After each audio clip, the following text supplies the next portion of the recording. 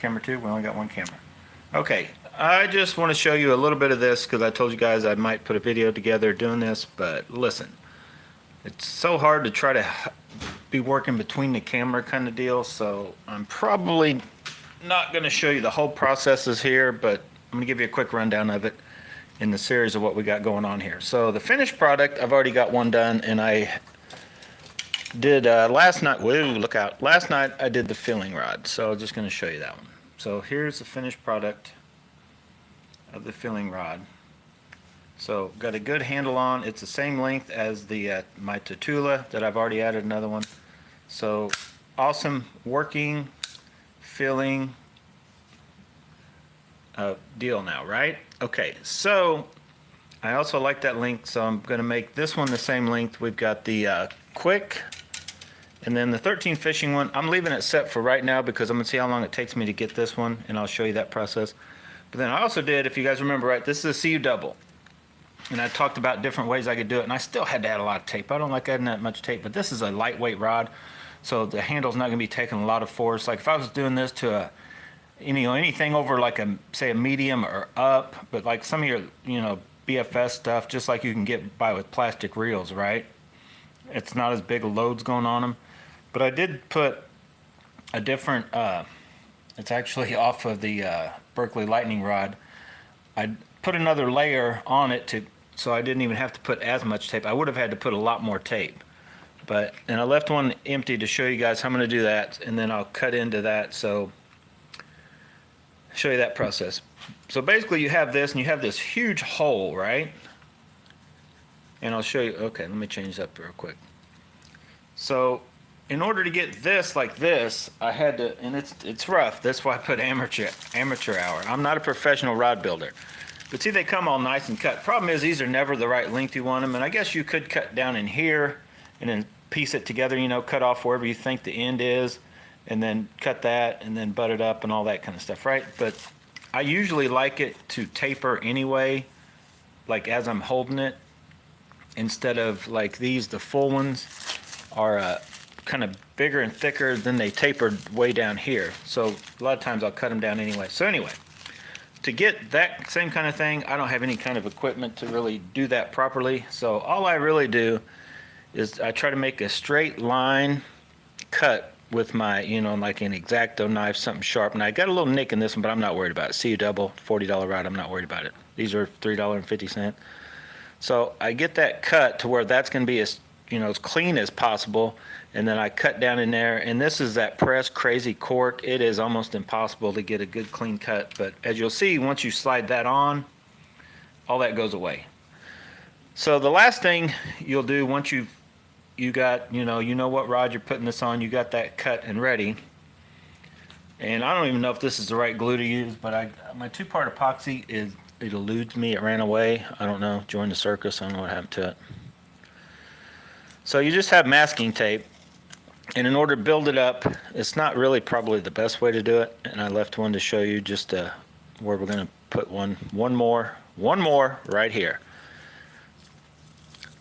So I'm just going to wrap this around until I feel that it's thick enough, it's tall enough, and what I like is the thing to fit on snug.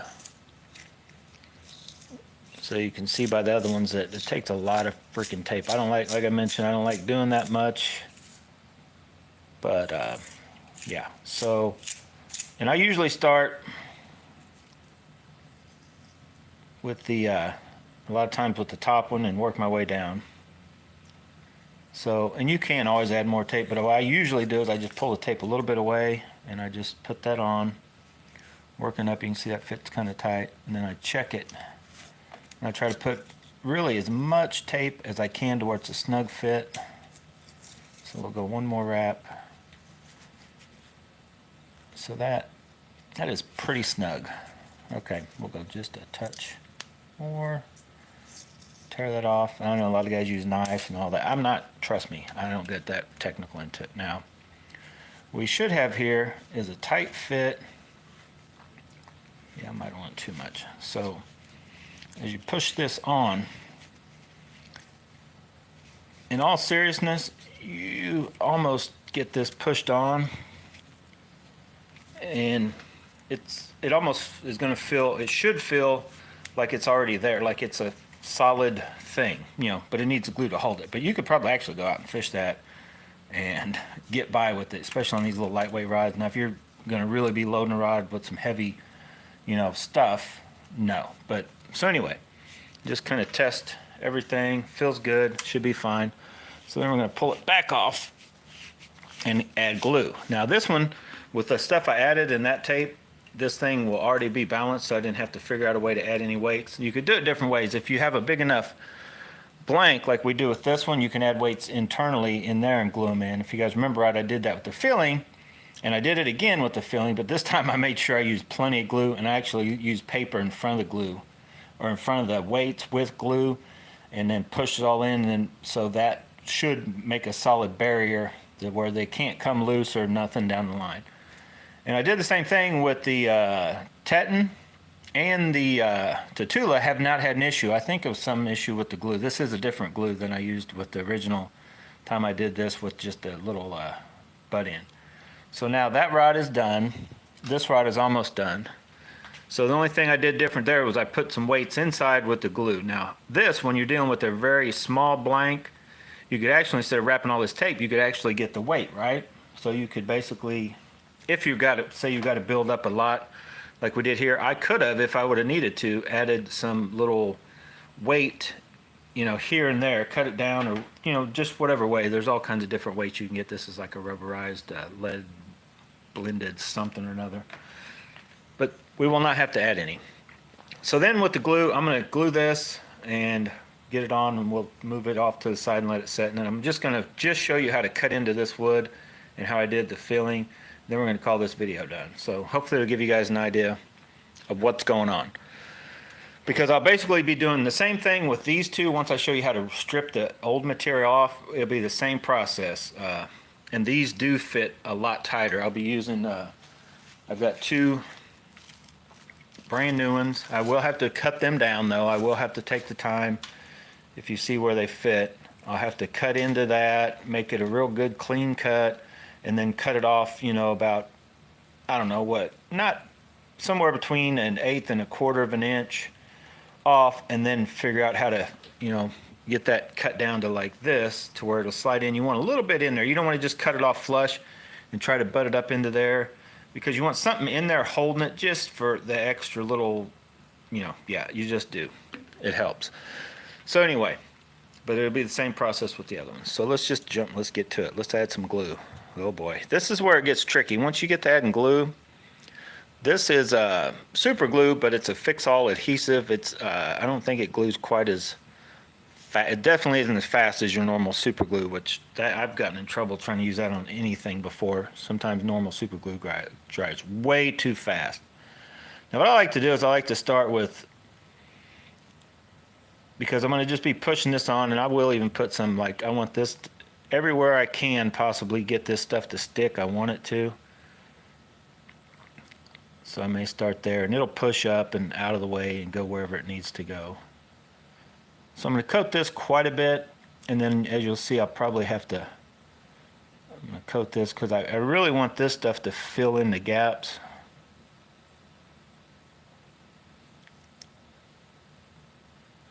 And then I want to put, and what I'm going to do is I'll start turning it as I put it on, and you'll see the glue, the excess will be pushed up and into these gaps, hopefully.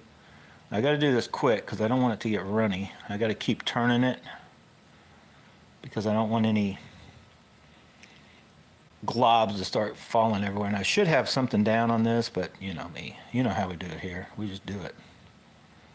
So I'm going to fill in them globs, fill in the holes. Still turning it, trying not to get any globs anywhere.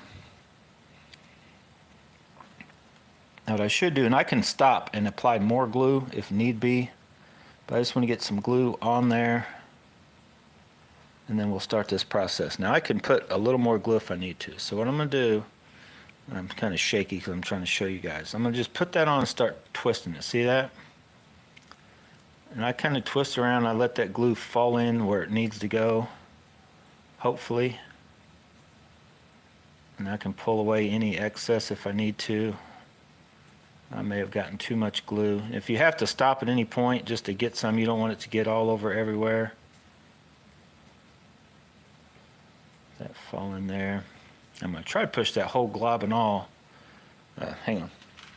I think I got a little carried away right there. I'm going to peel some of that off. I don't think I need that much going up. I don't think I need that much going up and in. So anyway, get this pushed up. I think all that glue will go in. Uh-oh. So then it, oh boy, hang on. The key is to make sure, get any of that gunk off. Oh, I think I got it on my hands. That's why I hate doing this on, I hate doing it here, trying to make a video. Because I'm putting a bad spot right on the bottom.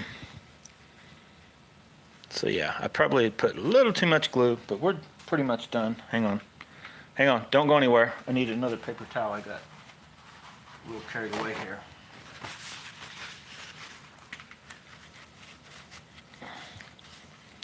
So it is cork. If you got some glue in the cork, you can sand it off lightly. So there we go. Now that is glued on, and you want to stand it up, or I do anyway. Recommend standing it straight up, like against the wall with something in between where it's not going to fall. And let me move my Dremel here a minute. Hang on 1 second. Get this over and out of the way. Whoa, look out. It'll glue right there.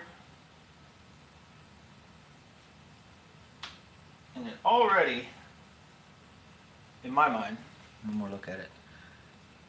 That is already just a way better looking handle assembly than what that funky brown foam is, right? So with super glue on my hand, a form of super glue, I don't need this right now. Put the lid back on. Maybe. Okay, let's go to something else. Let me move the tape and super glue out of the way. We don't need it right now. We don't need these. Actually, let me move the... I'll keep these two rods. This one's a two-piece apart. Let me move the filling out of the way here. Okay, let's wrap this video up and I'll show you... I don't know if I want to destroy this one yet, because if I get too busy tonight and tomorrow, I'm just going to take this out and fish it like it is this weekend.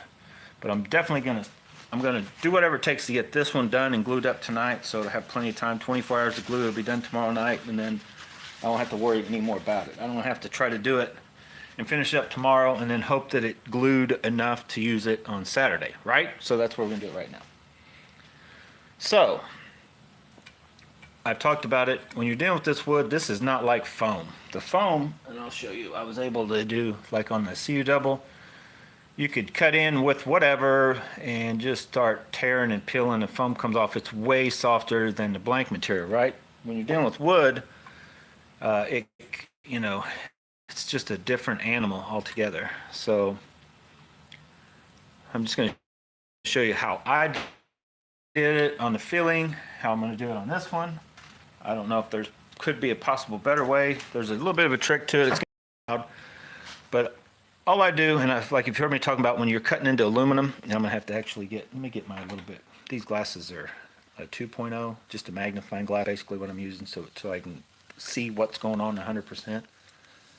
So I put those on, then it lets me get where I can really see what's going on here. So what I'm going to do is I'm going to cut down, and first I'll try to get this aluminum piece off. And like I've talked about before, usually when you get it going and it gets hot enough, it breaks it free from wherever it's at, but it's kind of tucked up underneath that wood. You'll find out here in a second. But when you're using these, be very careful as you're cutting down, and if you just kind of slightly cut and watch closely, you'll see that this will turn, and I'm going to get this wood everywhere. I usually do this like way down close to the ground, but I'm going to do it up here so you guys can see. But it'll get real light colored, and then as it starts to darken up, that means you're about ready to go through the wood, and you don't want to go completely through and into this blank, because you can definitely weaken the blank. You start cutting into it with the Dremel tool. So buckle up, hang on, and I'll show you.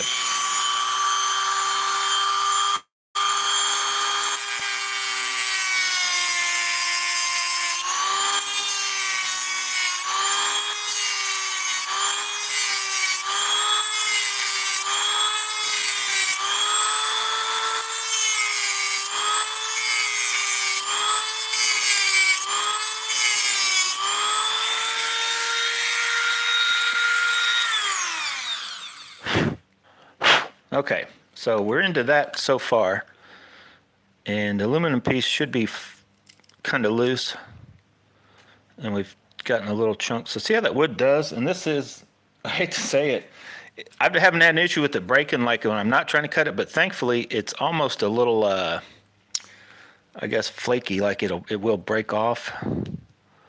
So as you can see, just in that little bit I cut, I got that broke loose. So basically I'm going to cut all the way up here, just like I did there, but not going too far. And luckily, and then if you have a pair of, like I got lucky, I got these, my split ring pliers, you can kind of come in here and you just start carefully, pinching it off from the side. Just like I mentioned before in videos, you do not want to come up here and trying to crink this wood. What you do is, instead of crinking the wood, you're going to crink the blank. Trust me, I don't care if one's a little tougher than the other. You don't squeeze blanks with anything. But see how I'm doing this? It's just breaking off. So whatever you do, put this, see how I'm like putting it out on the edge? So when I'm squeezing, there's no way I'm squeezing the blank. If that makes sense. Split rings just kind of lend themselves real well. They kind of have a ability to get down there. So anyway, I think it'll be a fairly easy deal. Let me go. Let's do it.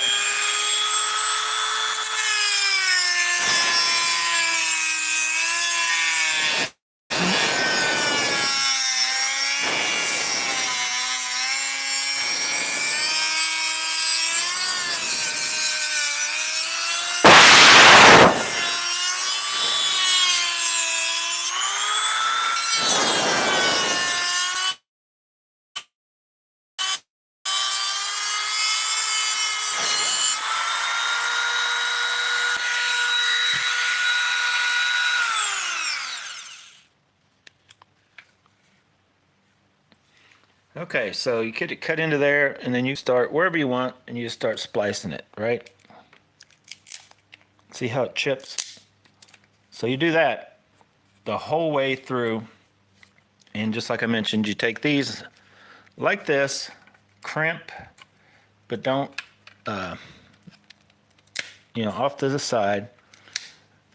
Luckily, this one's coming off, and that the other one, the feeling actually, I don't think came off as good. But so when you're done, you'll just strip that off. You may have to scrape with, a little X-Acto, or you don't want to cut down, but, scraping across or sanding it, and then get that cut off, and then you will be good to go, just like what we did with the C-double. You're going to have to add a little tape, put that other handle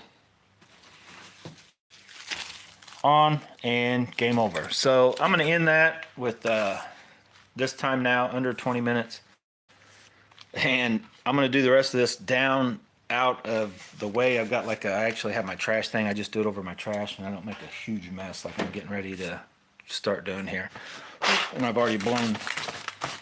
I was trying to blow, like when I'm cutting out, I will blow the stuff out of my face to where it doesn't blow up on me, but it's a messy job, but you can get it done. Follow those steps, hang tight. Nobody commented. All right, guys, hopefully you liked this video. This weekend, be watching for the videos. I don't know if I'll get any out by the weekend, but by next Monday or Tuesday, you'll start seeing some of the videos of these rods in action with the different handles switched out, and my idea on whether, how well I like them now that the handles are switched, or they feel the exact same. Did I waste my time or what, right? So anyway, if you liked the video, hit the like button, subscribe to Bass and Bonsai. If you have not subscribed, help me out. We are growing. We got over 8,000, almost 100, actually 8,158 or 9, something, I don't know. We got quite a few subscribers. We're growing like 88 subscribers a month. So that's pretty good. Thanks for watching, guys. I'm gone.